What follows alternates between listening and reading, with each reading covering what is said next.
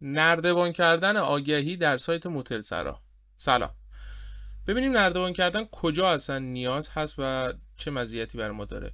همونجوری که مشاهده میکنید زیر گزینه نردبان نوشته شده آگهی شما تا زمان دریافت آگهی تازه تر در همان دسته‌بندی و شهر به عنوان اولین آگهی نمایش داده میشه. این یکی از قابلیت های نردبان هست. به طور مثال در یک تایم شلوغ یا در یک ماه شلوغ آگهیتون رو شما 2 هفته قبل آگهی رو روی سایت متصل گذاشتید، تعداد آگهی های جدید زیاد شده و آگهی شما با پایین رفته یا قدیمی تر شده، به صفحات بعدی رفته. با نردبان کردن میتونید بیاین صفحه اول یا آگهی اول که باعث بیشتر دیده شدن میشه. حالت دوم اینه که آگهی شما منقضی بشه.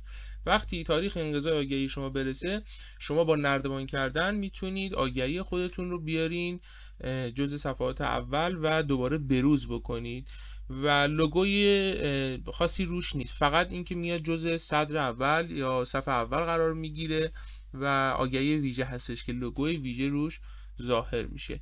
نردبان کردن خیلی سخت نیستش. میتونید وارد تنظیمات، اگر توی اپلیکیشن هستید وارد ثبت نام میشید، وارد محیط کاربریتون میشین، عذرخواهی میکنم، بعد آگهی های من رو میزنید، ارتقای آگهی روی نردبان، بعد پرداخت. فقط قبلش اینجا چون درگاه پرداخت توی اپلیکیشن اگه میخوایم پرداخت انجام بدین توی کافه بازار اپلیکیشن هستش، باید از درگاه پرداخت بازار این کار رو انجام بدین. وارد حساب کاربری توی بازار میشین، پرداخت درگاه بانکی رو میزنید و پرداخت میزنید. اگر نمیخواین این کارو بکنید باید از طریق سایت مستقیم وارد بشین و همونجا به درگاه پرداخت مستقیم شاپرک موتل سرا وصل بشین که راحت بتونید پرداخت کنید. اینجا هم تفاوتی نداره، به راحتی میتونید پرداخت رو انجام بدین. بعد از اینکه پرداخت انجام بدین به صورت اتوماتیک آگهی شما نردبان خواهد شد.